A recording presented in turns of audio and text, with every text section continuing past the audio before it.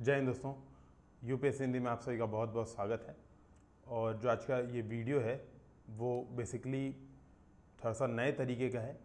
इसमें मैं उन बातों को डिस्कशन करूँगा, मेजरली उन बातों को डिस्कशन करूँगा, वो 5 इंपॉर्टेंट चीज़ आपसे बताऊँगा जो आप कतई मत करना, मतलब फॉलो करना ही मत, क्योंकि अगर फॉलो किए तो पक्का प्री में सेलेक्ट हो जाओगे, मेंस में सेलेक्ट हो जाओगे, इंटरव्यू कॉल आ जाएगी। और ढंग से फॉलो कर लिए, मतलब जो 5 में से अगर 4 चीज़ें कर लिए या 5 के 5 चीज़ें फॉलो कर लिए तो मे भी सेलेक्ट भी हो जाओ। तो यार ध्यान रखना, ठीक है, क्योंकि आपको पता ही है हर साल भाई एग्ज़ाम देते हैं 3,30,000 लोग, और उसमें से प्री कितने लोगों का होता है? प्री होता है यूपीपीसीएस में 5,000 लोगों का, यूपीएससी में वही 10,000 लोग, क्योंकि सीटें ज़्यादा होती हैं तो 10,000 लोगों का प्री निकलता है। पूरे इंडिया के लोग बैठते हैं यूपीएससी में, यूपीपीसीएस में केवल यूपी के लोग बैठते हैं। तो भाई हमें किस में आना है? ज़्यादातर लोग जो वीडियोस देखते हैं, है ना, वो किस में आते हैं? आप खुद सोचिए एक बार, ज़्यादातर लोग जो वीडियो देखते हैं वो किस में आते हैं? या ज़्यादातर लोग जो लोग तैयारी करते हैं वो किस पार्ट में रहते हैं? सेलेक्ट वाले में तो रहते नहीं हैं, है ना भाई। आधे लोग, आप देखो फॉर्म भी अगर देखोगे यूपीपीसीएस का फॉर्म भी, तो 7 लाख लोग अगर फॉर्म भरते हैं तो आधे लोग तो एग्ज़ाम से पहले ही भाग जाते हैं डर के। कोई ना कोई बहाना उनको मिल ही जाता है कि हम एग्ज़ाम नहीं देंगे, ठीक है। तो आधे लोग का तो खेला वहीं पे ख़त्म हो जाता है, ठीक है।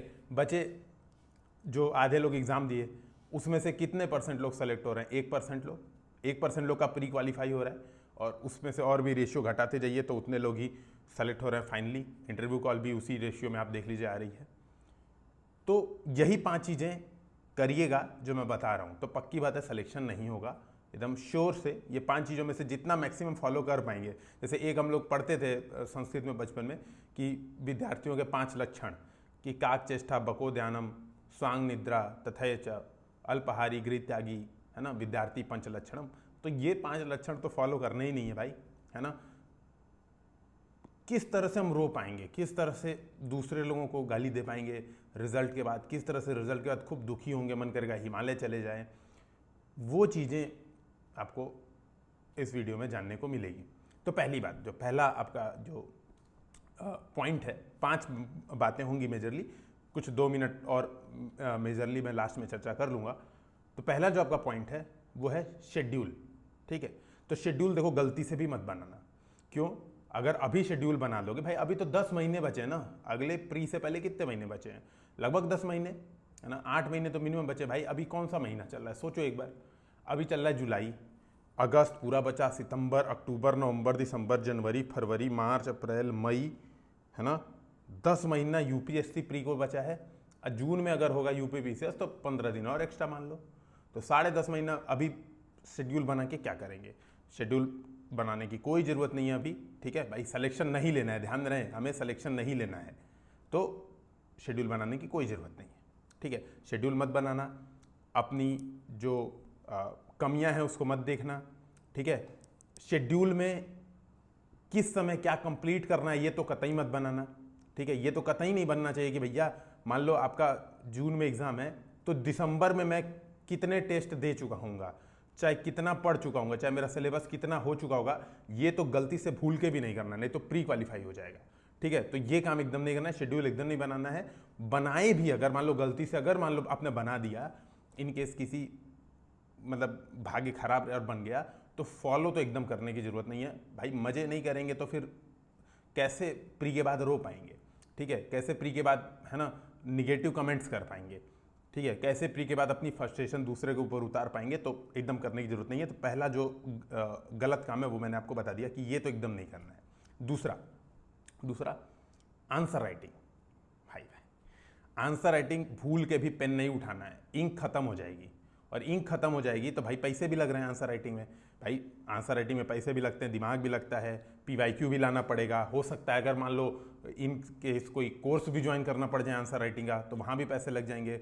जबकि भाई पैसे की तो बहुत जगह काम आती है ना, कोचिंग की 2 लाख फीस देनी होती है, रूम हॉस्टल का किराया देना होता है, फिर भाई अंट पंट जो खाते पीते हैं, कई लोग सिगरेट दारू भी चलता है ना, इधर उधर भी बहुत सारे खर्चे हो जाते हैं। तो उन खर्चों को देखते हुए आंसर राइटिंग में ना तो हमें पैसा लगाना है, ध्यान में रहे, पैसा तो दूर की बात है, हमें आंसर राइटिंग करनी ही नहीं है, इंक का भी पैसा बचा लेना है, ये बात ध्यान में रखिएगा। क्यों? अभी से आंसर राइटिंग करके करना क्या बताओ? आज ही आंसर राइटिंग कर लोगे तो क्या उखड़ जाएगा, कुछ नहीं, है ना। क्या होगा भाई, मेंस में सेलेक्ट हो जाओगे यार, तो मेंस में सेलेक्ट होना तो सबसे बड़ा पाप है, तो ये कभी नहीं करना है, ठीक है। क्योंकि भाई प्री के बाद बहुत समय बचता है यार, 3 महीने बचे रहते प्री के बाद। सोचो 3 महीने में तो पता नहीं आदमी क्या क्या कर लेता है, तुम आंसर राइटिंग नहीं कर सकते, तो अभी करने की एकदम जरूरत नहीं है, आंसर राइटिंग पे एकदम ध्यान नहीं देना है। क्योंकि अभी कर लोगे तो मान लो अभी अगर 6-7 महीने आंसर राइटिंग कर लोगे, है ना, मार्च अप्रैल से पहले तक, तो काफ़ी बढ़िया आंसर राइटिंग हो जाएगी। बढ़िया आंसर राइटिंग हो जाएगी तो यार कंपटीशन में आने लगोगे, है ना, आंसर राइटिंग देख के कॉन्फिडेंस आने लगेगा, पीवाईक्यू सॉल्व होने लगेंगे, यूपीएससी का पेपर भी सॉल्व होने लगेगा। तो यार वो कैसे, वो कमज़ोर बच्चे वाली फीलिंग कैसे आएगी, कैसे बहाना खोजोगे, सबसे बड़ी बात है कैसे बहाना खोजोगे। प्री जब आ रहा होगा तो कैसे बहाना सोच रहे इस बार मेरा मेंस नहीं तैयार है, ना ना ना, इस बार मेंस नहीं तैयार है, और प्री के बाद मेंस तैयार करने से कुछ होता नहीं है। तो इससे बड़े मैं प्री ही नहीं देता हूँ, अगली बार मैं पक्का मेंस और ऑप्शनल सब तैयार करके दूंगा एग्जाम, तो मेरा पक्का निकल जाएगा। तो ध्यान में रहे, आंसर राइटिंग एकदम नहीं उठानी है, कलम नहीं, इंक। भाई इंक अगर खत्म हो गई ना, ये 60 रुपये 50 रुपये की पेन आती है, आप देखो ये खत्म होने के कगार पे है, ये कैसे खत्म हो जाएगी, 60 रुपये बचाना है, ठीक है। गोल्ड फ्लैग कितनी मिल जाएगी, 3। एक बार कमेंट सेक्शन में बताइएगा क्या प्राइस चल रहा है, मैंने बहुत दिन से देखा नहीं है, ठीक है, तो प्राइस एक बार बताइएगा। तीसरा ऑप्शनल, भाई भाई भाई भाई, ये तो मतलब सबसे टॉप क्वालिटी का तीसरा पॉइंट है। पहली बात, इसमें 2 कैटेगरी के लोग हैं, एक जो यूपीएससी भी देते हैं, एक जो यूपीपीसीएस देते हैं, ठीक है, मतलब केवल यूपीपीसीएस देते हैं। अब जो यूपीएससी भी देते हैं भाई, उनके मजबूरी यार, फॉर्म भरना पड़ेगा जनवरी में, जनवरी फरवरी में फॉर्म आ जाता है, फॉर्म भरना ही पड़ेगा। तो ऑप्शनल भाई फरवरी से पहले तो डिसाइड करनी है भाई, मजबूरी है, क्या कर सकते हैं, या तो तुक्का मार के ऑप्शनल दे देंगे तो मतलब ठीक है, उनका तो मजबूरी है, उनको एक बार किनारे कर दें। जो यूपीपीसीएस दे रहे हो ध्यान से सुन लो, ऑप्शनल प्री से पहले डिसाइड कर लोगे तो सेलेक्ट हो जाओगे। और ये काम तो कैसे करोगे, करना ही नहीं है, यही तो मैं बोल रहा हूँ शुरू से कि सेलेक्ट नहीं होने के सारे क्राइटेरिया बता रहा हूँ।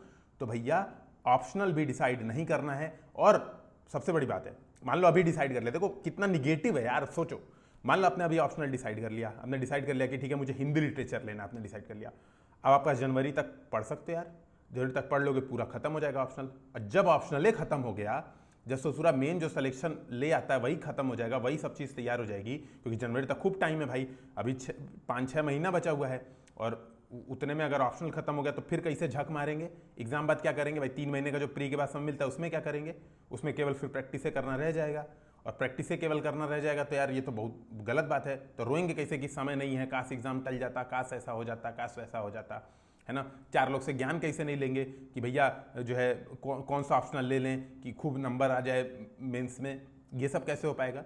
तो ऑप्शनल ना तो डिसाइड करना है, और अगर गलती से डिसाइड कर लिया तो उसका सिलेबस पक्की बातें नहीं पढ़िएगा, नहीं तो भाई गड़बड़ा जाएगा, मेंस में सिलेक्शन हो जाएगा, फिर यार बहुत किसको मुंह दिखाओगे, मेंस में सिलेक्शन हो जाएगा तो, है ना, क्या कर पाओगे भाई।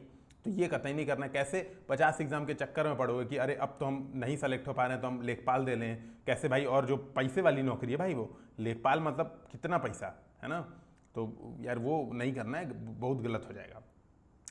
जो चौथा पॉइंट है, ये भी बहुत मेजर पॉइंट है हमारे दोस्तों का, हमारे दोस्त हैं जो काफ़ी एक्सपीरियंस दोस्त हैं, जो 5-5 साल से नहीं सेलेक्ट हुए, वो भी ये चीज़ बता रहे हैं कि हम यही करके नहीं सेलेक्ट होते हैं, है ना। तो मैंने सोचा आप लोग के साथ भी शेयर कर दूं।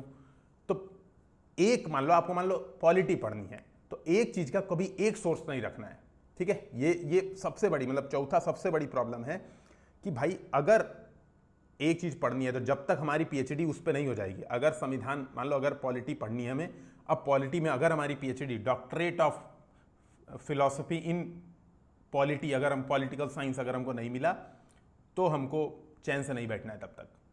तो एक सब्जेक्ट के हमको 20 सोर्स कम से कम अलग अलग सोर्स से, ताकि हमारा खूब समय बर्बाद हो।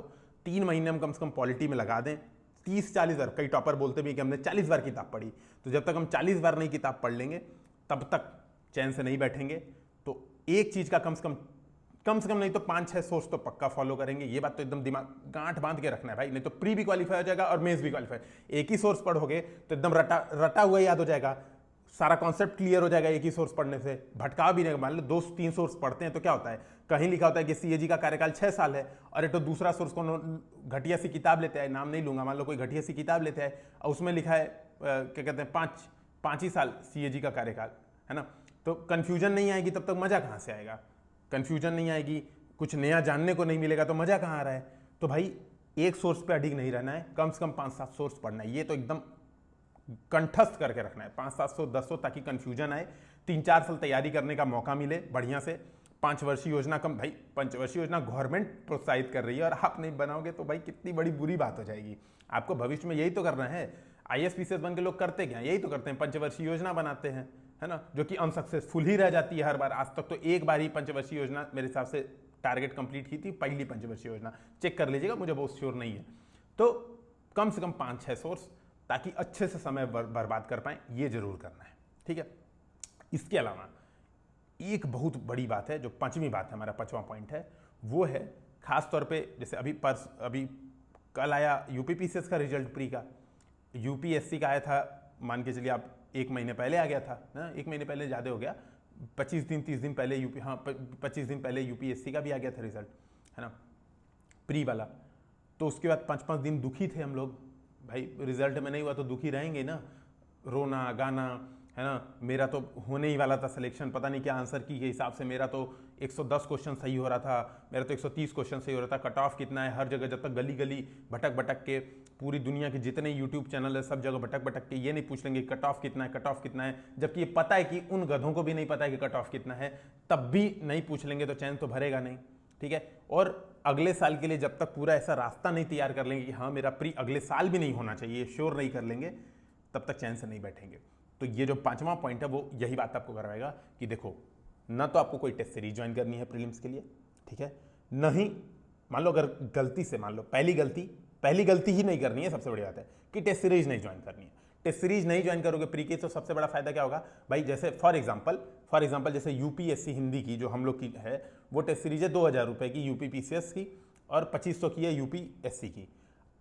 अगर मान लो आप दोनों एग्जाम दे रहे हो तो आपके 4500 सेव हो गए। पहला बात, सबसे इंपॉर्टेंट बात कि आपके 4500 रुपये सेव हो गए, तो हम यही गलती ही नहीं करनी है, गलती से भी ये काम नहीं करना है, क्योंकि 4500 रुपये बचा लेंगे, समझ रहे हो, 4500 रुपये बचा लेंगे, 1 महीने का दिल्ली में रहने किराया, और डेली नारियल पानी 2 लोग भी पी सकते हैं, सपाठी भी जो बहुत खास दोस्त हैं वो भी पी सकते हैं, तो 2 लोग डेली नारियल पानी पी सकते हैं, 1 महीने से ऊपर पी सकते हैं, सिगरेट विगरेट भी हो सकती है इसमें, तो बहुत बड़ी बात है। तो ये पैसा पूरी तरह से बचा लेना है ना, बाकी जो भी कर लें ये पैसा बचाना है।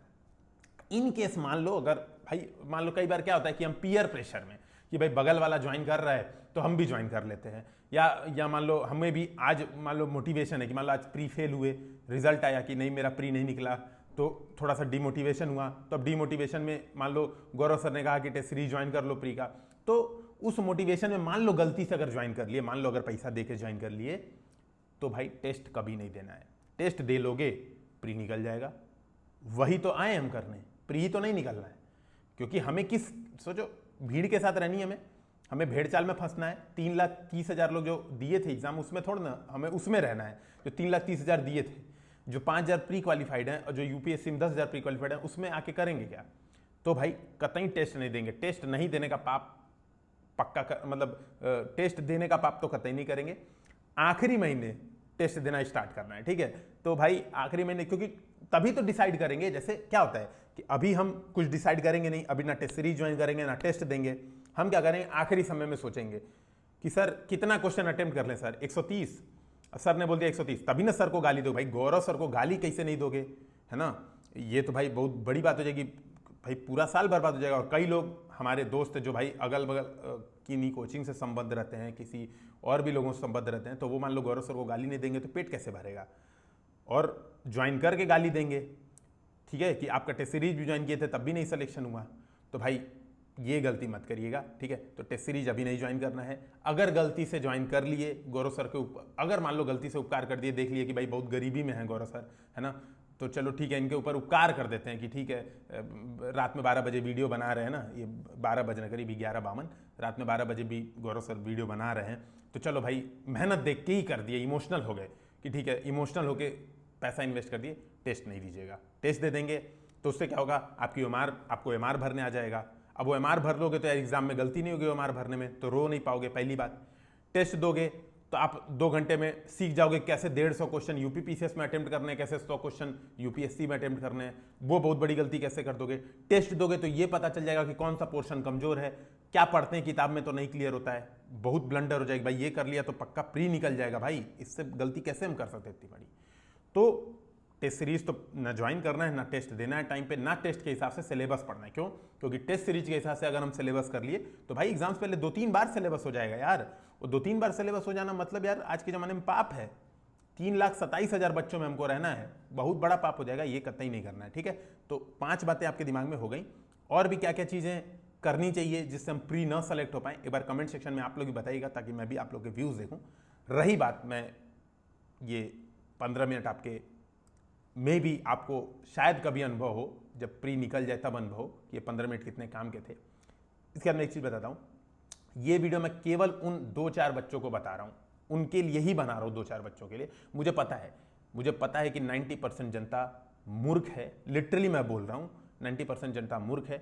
जब तक हम 16 जगह मुंह नहीं मार लेते, जब तक हम परेशान नहीं हो जाते, जब तक हम 5 साल प्री में फेल नहीं हो जाते, तब तक हम ये 5 काम करते ही रहेंगे।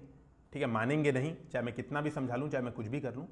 लेकिन केवल वो 5, 7, 10 बच्चे जो ये वीडियो देखने के बाद समझ जाएं कि क्या करना है, जो समझदार हैं, जो वाकई में जानते हैं कि यार कहीं ना कहीं कमी रह गई तभी हमारा प्री नहीं हो रहा है, कहीं ना कहीं चीज़ें मिस हो जा रही हैं। इन 5 चीज़ों में से हम मोर देन 2 गलतियाँ, 3 गलतियाँ कर रहे हैं। इन 5 चीज़ों में से जो मैंने आपको 5 चीज़ें बताई, उनमें से जब हम 2-3 गलतियाँ करते हैं तभी हमारा प्री और मेंस और इंटरव्यू कॉल नहीं आती है। ठीक है, अगर नहीं करेंगे तो इंटरव्यू कॉल आ जाएगी।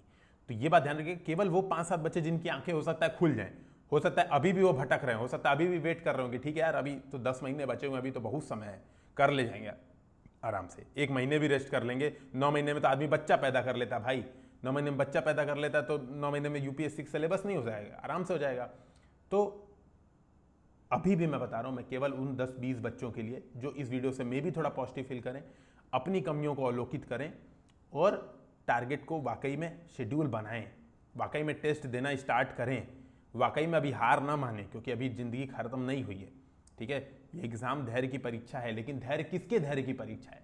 अगर आप सीरियस कैंडिडेट हो, ईमानदारी से तैयारी कर रहे हो तो धैर्य की परीक्षा है। अगर आप बकैती में लगे हो, अगर आप खाली इधर उधर मुंह मारने के चक्कर में लगे हो, तो आपके लिए धैर्य की परीक्षा नहीं, क्योंकि आपके अंदर धैर्य है नहीं।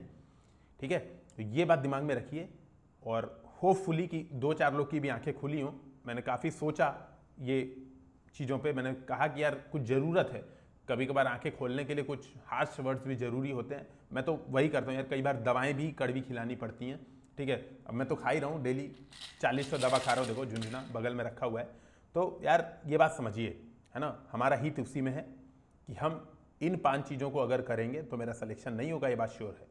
लेकिन इन 5 चीज़ों में से अगर हमने 4 चीज़ें भी सही कर ली तो हमारी, आप सोचो अगर आपने 5 चीज़ें सही कर ली तो आपकी फाइनल सिलेक्शन हो जाती है। 3-4 चीज़ें सही कर ली तो भी आपकी इंटरव्यू कॉल आ ही जाती है। जैसे आपने अगर थोड़ा बहुत भी आंसर राइटिंग की मेंस से पहले, ठीक है, और आप 20 क्वेश्चन कंप्लीट ही कराए एग्जाम में, है ना, तो भी आपकी इंटरव्यू कॉल आ ही जाती है। तो ये बात समझिए और उम्मीद है कि अच्छा लगा होगा। जय हिंद, जय भारत। जो भी और पॉइंट्स आप सोच सकते हैं बताइए कमेंट सेक्शन में, मैं नए वीडियोस के लिए बना दूंगा। जय हिंद।